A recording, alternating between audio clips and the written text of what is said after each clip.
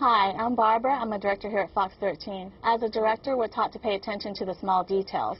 The illusion here is in the magic of TV.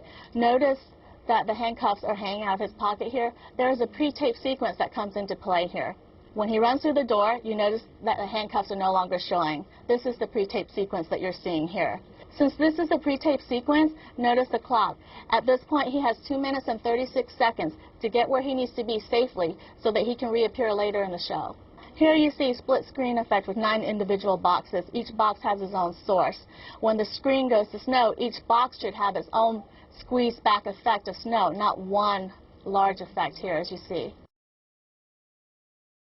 Well, before we go to the video here from Skyfox, we want to stress that the producers were very concerned about the location of Skyfox, kept stressing that it needed to be a great distance away from the actual stunt so that it would not interfere with the other chopper that never actually lifts Criss Angel to safety. But the producers may not have been thinking that Skyfox was also equipped with a zoom. And that's where I want to take you to the video here.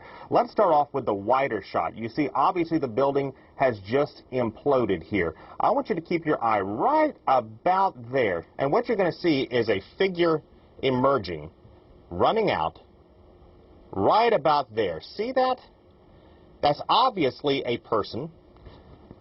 It's a wide shot, so we can't confirm that it is Criss Angel, but it certainly is someone dressed in black, as he was, and obviously someone running away from the demolition. What's interesting here is that he runs from the building directly adjacent to the building that had imploded. Here's the building that's now knocked out.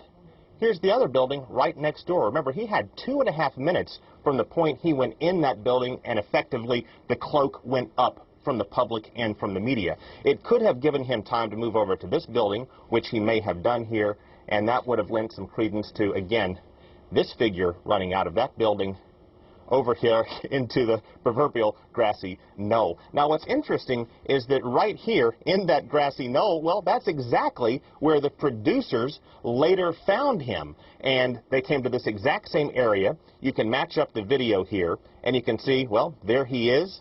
He comes stepping out, looking a bit like the mummy there, as though he had just survived a collapsing building. And you know what? With no disrespect to Criss Angel here, obviously we're playing skeptic, but he himself is an ardent skeptic. This is a skeptic, I should say. This is actually what he does for a living, debunking others. So in a way, this is exactly what he wants us to do to him, at least to wonder, to ask questions. That's really what this performance is all about.